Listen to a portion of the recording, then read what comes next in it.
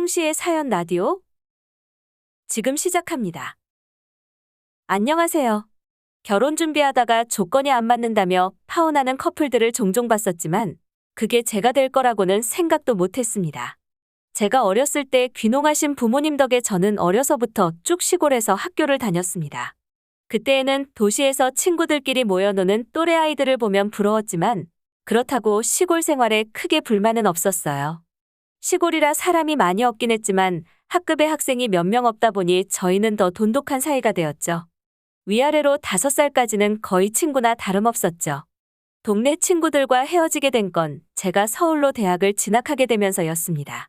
나름 시골 생활의 장점이라고도 할 수 있었던 게 사교육 같은 다양한 학습의 기회가 없는 대신에 저희에게는 농어촌 전형이 있었죠. 그 덕분에 서울에 있는 상위권 대학으로 남들보다 쉽게 진학할 수 있었어요. 그렇게 저는 남들과는 다르게 고3 시절을 친구들과 추억을 만들며 알차게 보냈습니다. 수시 지원을 할 때 다른 전공에 대해서도 고민을 하긴 했지만 그래도 제가 좋아하고 잘하는 걸 지원하는 게 맞다고 생각해서 전공도 농대로 지원했어요. 캠퍼스 생활보다도 학부 수업이 더 흥미로웠던 저는 친구들과 어울린 시간보다 학교 도서관에서 보낸 시간이 더 많았어요. 그렇게 동일 전공으로 대학원까지 진학한 후 교수님의 추천으로 팜테크 관련 회사에서 연구원으로 일하게 되었습니다. 그렇게 사회생활을 하다가 우연히 고향 친구와 연락이 닿았습니다. 저와 마찬가지로 농어촌 전형으로 갈 수 있는 가장 높은 대학과 전공을 지원했고 억지로 살아남기 위해 악물고 공부했다고 하더군요. 그러면서 대학교 때 만난 남자친구와 결혼해서 지금은 같이 스타트업을 운영하고 있었고요. 서울에 연고가 없었기에 저는 친구 부부와 자주 어울렸습니다. 명절에 고향 내려갈 때도 차가 없었던 저를 데리고 다닐 정도로 저희는 다시 가까워졌죠. 저희 부모님도 제가 친구도 없이 타지에서 힘들게 살아갈까봐 걱정하셨는데 친구랑 다시 어울리는 걸 보고는 많이 안도하셨어요. 연구원 생활이 어느 정도 익숙해지면서 저는 투잡 아닌 투잡을 시작했습니다. 고향에 계신 부모님의 농장에 팜테크를 적용시키면서 정부 지원 사업을 따내서 부모님의 농사를 사업 단위로 키우기 시작했죠.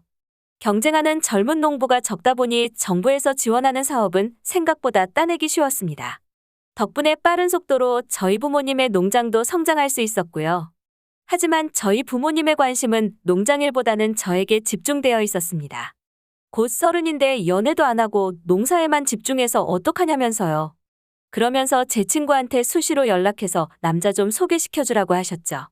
친구 부부도 저희 부모님이 수시로 보내주는 과일과 고기 등등 여러 가지를 받았기 때문에 저희 부모님의 부탁을 거절할 수 없다고 했죠. 제가 아무리 싫다고 해도 제가 아닌 저희 부모님 부탁이라며 꼭 들어주겠다고 저를 놀리듯이 다짐하더라고요. 그렇게 얼마 지나지 않아서 저는 친구 부부의 남편 친구를 소개받게 되었어요. 대기업을 다니고 있다는 것을 제외하면 지극히 평범한 남자였죠. 얼굴이 잘생긴 건 아니었지만 그냥 웃는 상의 호감형이었고 키도 170 조금 넘는 키에 지극히 평범한 남자였어요. 근데 그래서 그런 건지 기대가 없이 만나다 보니 더 쉽게 대화가 되었다고 할까요? 그렇게 저희는 별 이변 없이 연인 관계로 발전하게 되었습니다. 저희 부모님은 틈만 나면 같이 내려오라며 보채셨죠. 그나마 다행인 건 남자친구 쪽에서도 결혼을 많이 보채시는 것 같더라고요. 남자친구랑 결혼 후에 대해서 얘기를 많이 해봤는데 남자친구도 아이 생각은 딱히 없었고 맞벌이하면서 둘이 즐기며 살기를 바라더라고요. 그런 큰 이슈들부터 화장실 휴지를 어느 방향으로 걸어놓는지 이런 사소한 것들까지 저랑 크게 부딪히는 게 없어서 저희는 슬슬 결혼에 대해서 이야기를 시작했습니다.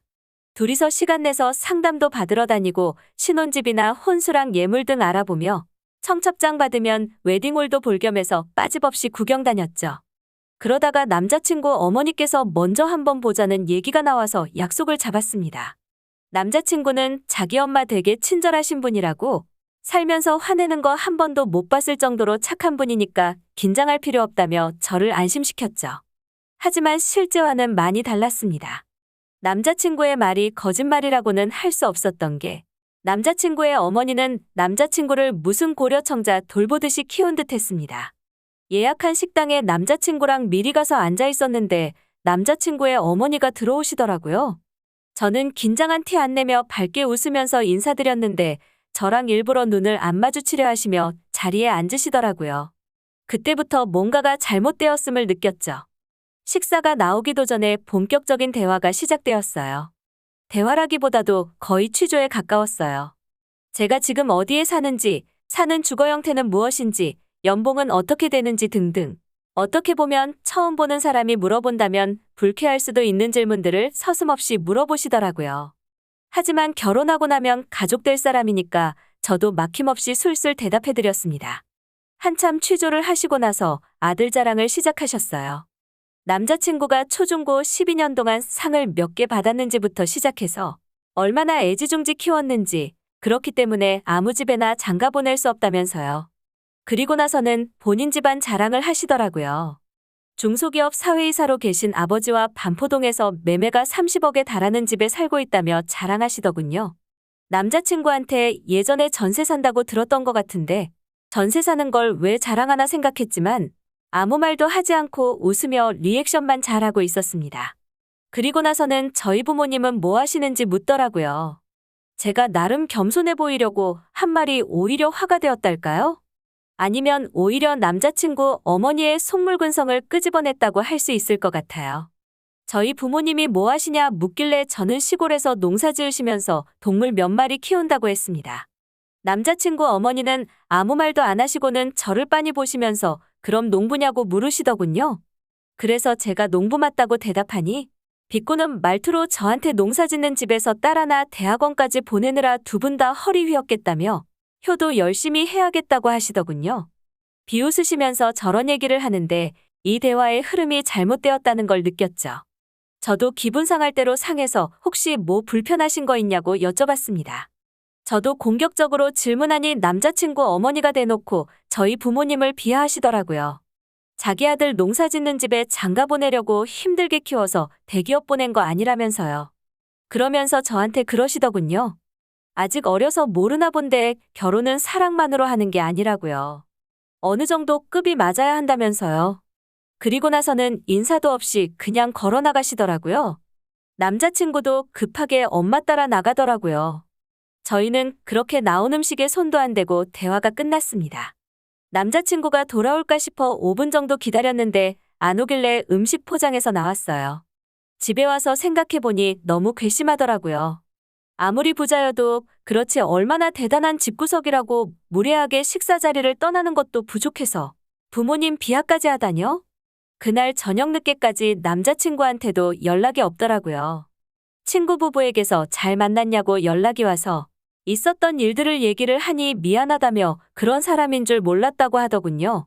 이왕 이렇게 된 거 저도 가만히는 못 있겠다 싶어서 작은 복수를 계획했습니다.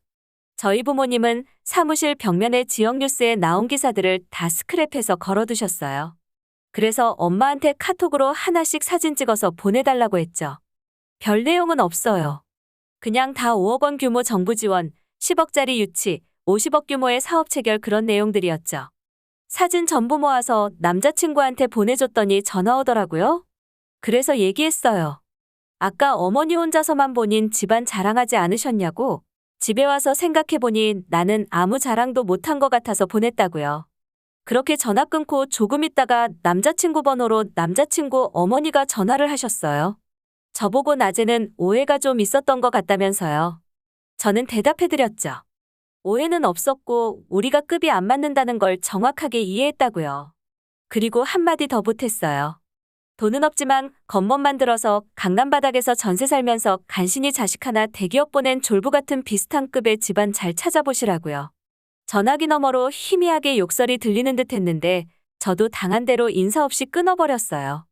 그래도 부모님을 비하했다는 그 사실에 화가 풀리지 않더군요. 5분쯤 지났을 때 친구한테서 전화가 왔어요. 받아보니 남자친구가 자기 남편한테 전화해서 제욕을 하고 있다고 하더군요. 얼마나 열받았으면 저러나 싶은 생각에 화가 조금 더 풀리긴 했습니다. 사람 위에 사람 없고 사람 밑에 사람 없다고 했는데 저 나이 먹을 때까지 어떤 삶을 살았길래 저 따위로 사는 건지 참 궁금하네요. 홍시의 사연 라디오? 오늘 이야기 여기까지입니다. 재미있게 들으셨다면 구독과 좋아요 부탁드립니다.